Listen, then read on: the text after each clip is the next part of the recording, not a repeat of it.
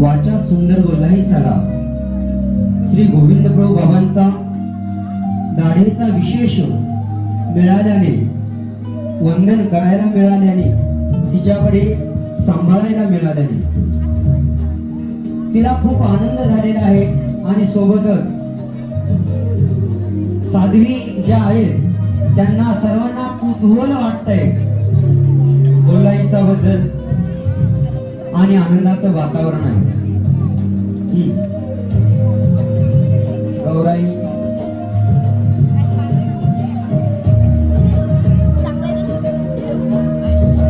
ही एक साध्वी आहे. मार्गामध्ये आपलं दैनंदिन आचरण करत दैनंदिन आचरण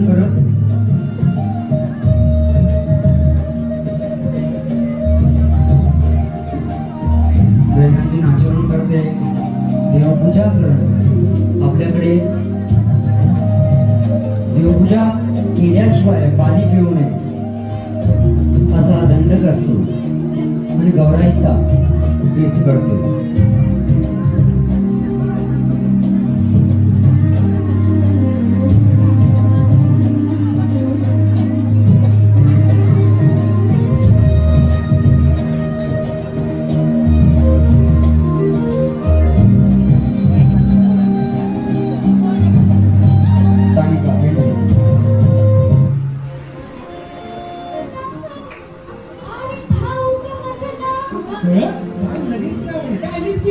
माहिती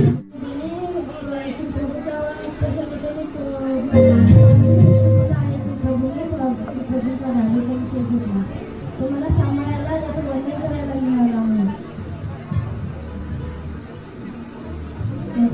काय झालं, का उड्या मारते, पावसाळी की काय? अगं काय सांगू तुला, आज मी म्हणजे खूपच खुश आहे ग. मला काय ग बोलाई, काय झालं?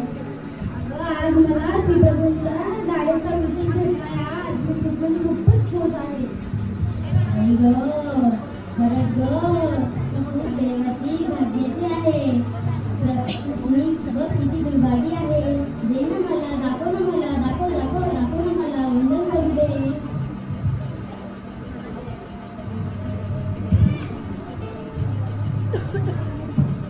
बोलायचा आणि गौराईचा हात सोहळे करून तो विशेष वंदन करण्यासाठी खाली बसलेला आहे.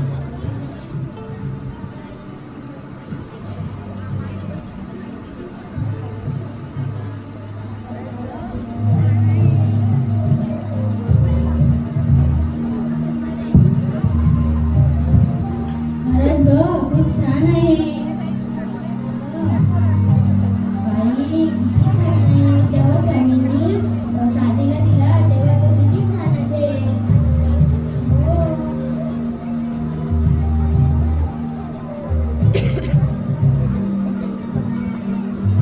पण अशा रीतीने हा सुंदर बोलाईसाला गाडीचा विशेष मिळालेला आहे. त्याबद्दल गौराई अटल विजनाला निघते.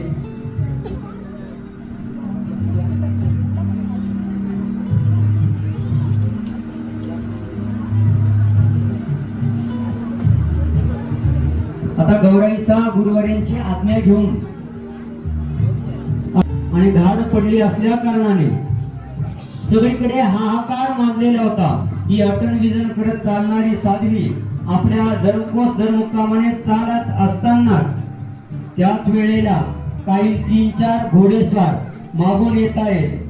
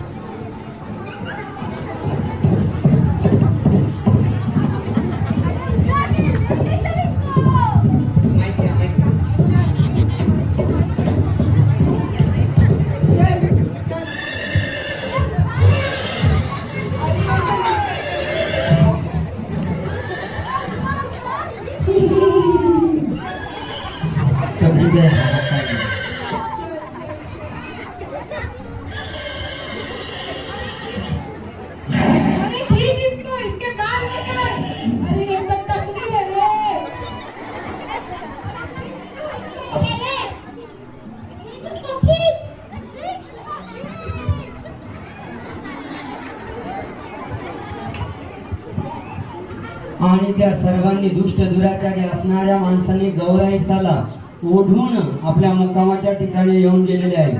तिकडे गेल्यानंतर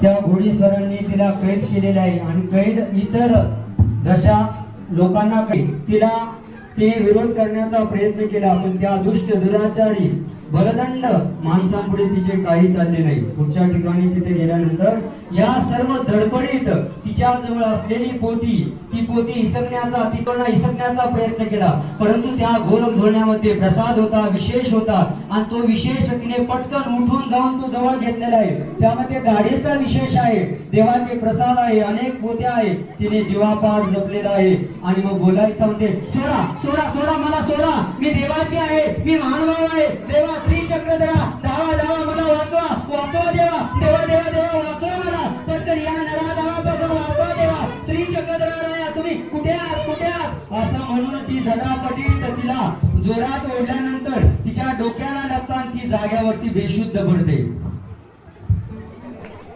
हे नराधम जोर जोरात हसतायत.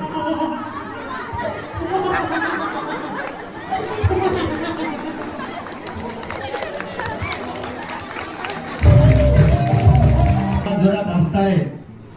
गौराईचा शुद्धीवरती येते, इकडे तिकडे बघते, क्षणभर तिला काहीच कळत नाही मी कुठे आहे. आणि मग तिच्या लक्षात येतं, सगळं आठवतं की मला यांनी कैद केलं होतं. ते दरोडेखोर त्यांचा वेळ झालेला आहे म्हणून नमाज पढण्यासाठी बसतात.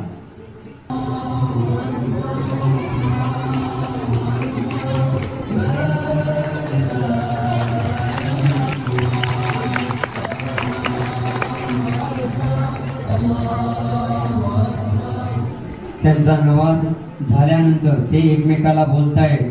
आलेल्या सर्व बंदींना, लहान मुलांपासून मोठ्यांपर्यंत सगळ्यांनाच त्याला बोलतायत.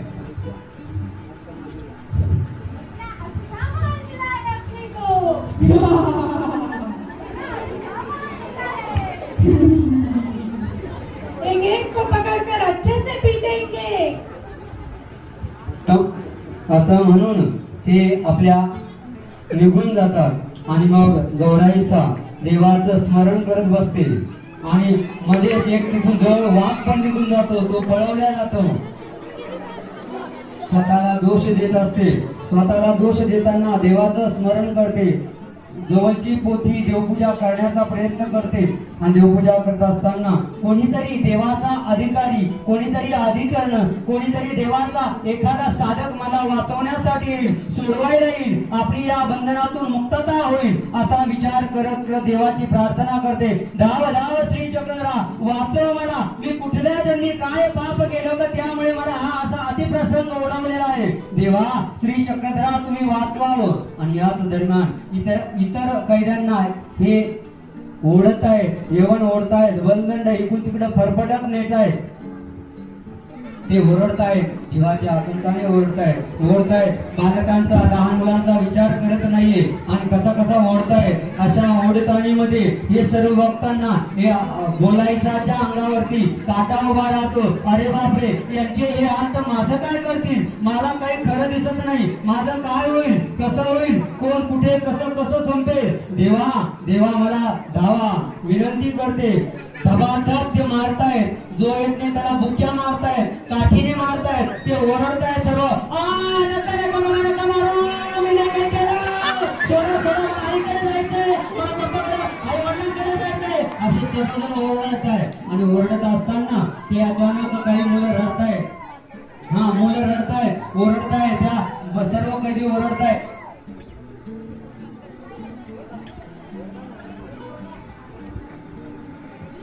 आणि मग ते सर्व ओरडणं पाहून बोलायचं आणखीन पाप आठवतोय की आठवते. देवा श्री चक्रधरा राया, अरे मी तर ऐकलं होतं की तू गंगेत बुडत असताना साधेला वाचवण्यासाठी धावून गेला. गोपाल कृष्णा भर सभेमध्ये जेव्हा तुझ्या द्रौपदीचं वस्त्र हरण करत होते तेव्हा धावून गेला. तिची तिची लाज राखलेली तेव्हा माझी का लाज राखत नाही? कुठे लपला, कोठे गुंतला असे द्वारकेचा राया, वेळ का सगळ्या लाविला, ये ना जाऊन ये ना देवा, कुठे आहे? आपल्या भक्तावरती होणारा अत्याचार तू कसा बघू शकतोस? पण देवा, तुला तुला तुला काय नाव ठेवू? मी अनंत जन्मामध्ये जेव्हा जेव्हा तू मला शोधत होतास, जेव्हा जेव्हा तू मला जवळ बोलत होतास, तेव्हा मी आलो नाही. आता माझा धावा ऐकून तू तरी कसा येशील? काय करावं, कसं करावं, कुठं करावं, कुठे सुटका कशी होईल याचं काहीही भान नाही. ही धर्माचं स्वतःचं रक्षण कसं करावं, कसं रक्षण करावं, कुठे काय करावी, सुटायला मार्ग कोणता आहे, सुटायला मार्ग रस्ता कोणता, इथून पळून जाता येईल का? एकदा दोनदा तिने पळून जाण्याचाही प्रयत्न केलेला आहे, परंतु बलदंड शरीराच्या त्या दुष्ट माणसांनी तिला पकडून आणलेला आहे. अगं ये इधर जा रे, तेरे को बताओ क्या कहां भाग रही है, असं ते म्हणतायत आणि तिला पुन्हा बसवतायत. तिला कुठलाच मार्ग संपडत नाही. त्या परपुरुषाचा अंगाला हात लागल्याबरोबर तिच्या अंगावरती काटा उभा राहतोय. शिरशीर अंगात येतं, देवा श्री चक्रधरराव बाबा रे, तू तू तू कोणता प्रसंग आणलेला आहे माझ्यावरती? पण देवा खरंच सांगू की हा प्रसंग माझ्या दुष्कर्मामुळे आलेला आहे. ठाऊक नाही रे देवा, मी थोडस लीळाचरित्र वाचलं, अभ्यास केला, कुठलं दुष्कर्म माझं हे आलेलं आहे मला कळत नाहीये. देवा धाव, तू देवाचा धावा करते, मधी स्मरण करते, मधीच जोराने ओरडते, देवाचा धावा करते. चक्रधरा, ए देवा वाचवणारे, कुठे आहेस? ये लवकर, धावून ये, परत ये, अशी ती देवाचा धावा करते. परंतु एक दिवस, 2, 4, 5, 8, 7 दिवस, 10 दिवस जाते, कोणी येणार नाही. आशा संपते तिची, नाउमेद होते. आणि अशाच वेळेला ही सर्व नाउमेद झालेल्या त्या बोलायसाला समोरच्यांच्या कैद्यांवरती होणारा अत्याचार लक्षात येतो. आपली काही धडगत नाही. हे सर्व लबाड लांडगे आपल्या शरीराचा लचका तोडतील आणि मग अचानक स्मरण करताना आठवतं, हो एक मार्ग आहे.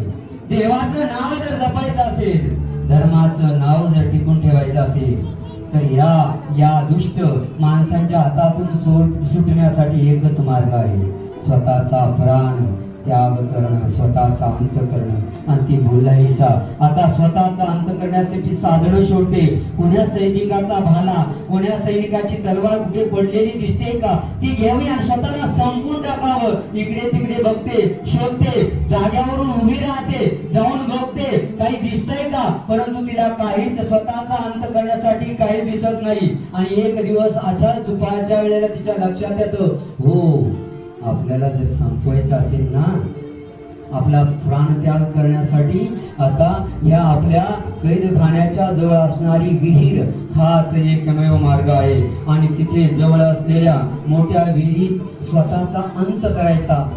अनेक दोष घडले, परंतु तू माझ्यावरती प्रेम लावलं म्हणून तू आता धावून येतच नाही. अनंत पापांमुळे, अनंत दोषांमुळे मी तुला दूर केलं. 62,500 दोष मी आचरण केले. विकार दोषाने दूर केलं, हिंसा दोषाने दुखविले, विकल्पाने नाराज केलं. अशा माझ्या अमंगलाला तुम्ही कसे वाचवाल, अशी ती फार फार देवाची विनंती करते. आणि शेवटी निश्चय करते, आज मी स्वतःला संपवणार. आज दुपारच्या वेळेला जेव्हा विहिरीवर तर कोणी नसेल, त्यावेळेस मी जाऊन स्वतःचा अंत करेल. जागेवरून उठते, आजूबाजूला बघते, कोणी दिसतंय का, आजूबाजूला बघते कोणी दिसतंय का. हळूच चोर पावलांनी हळू त्या विहिरी जवळ जाते आणि दपकन पाण्यात उडी मारते आणि बोलायचा आपल्या प्राणाचा अंत करते, स्वतःला संपवते. बोलायचं माता धर्माचं रक्षण करण्यासाठी स्वतःला संपवते. आणि मग देवाच्या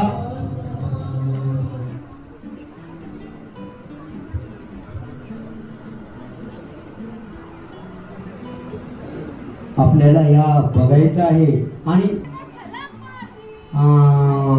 असं म्हणता येते, पण इथे बोलायचा मातेनं स्वतःला संपवलेला आहे.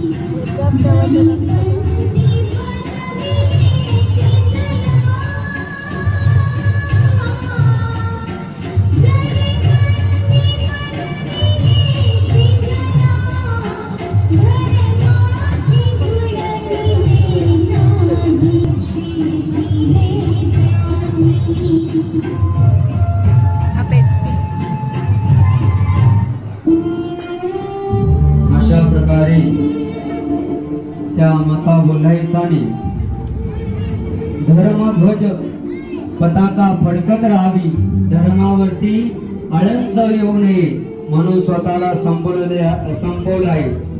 त्या मातेने स्वतःचा अंत केला, कारण माझ्या धर्माला काळीमा फासल्या जाऊ नये. एक जे एक कैदी. माझे नाव अर्जुन गणेश पांचाळ आहे. मी कैदी बनलेली होती. माझे नाव हर्षदा कपडे आहे. मी कैदी बनलेली होती. दंडवत. माझे नाव निकिता महादेव पाटील आहे. मी कैदी बनलेली होती. माझे नाव भूमिका सुंदे आहे. मी गौराईचा बनली होती. माझे नाव कर्मिका सुंदे आहे. मी साध्वी बनली होती. मी हर्षदा सांगोडे. मी नराधम बनले होते. नराधमासाठी जोरदार टाळ्या. मी अस्मिता मोहन पिंपळे. मी पण नराधम